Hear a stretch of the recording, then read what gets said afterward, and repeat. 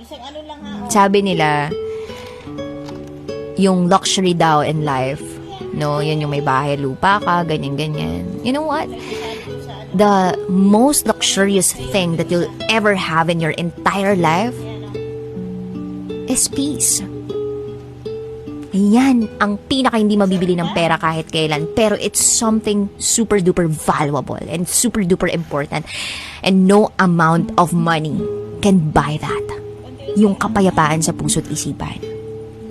So I think instead of putting all our energies to be happy, let's just try to be calm and let go of things that are out of control and focus in protecting that safe space in your heart.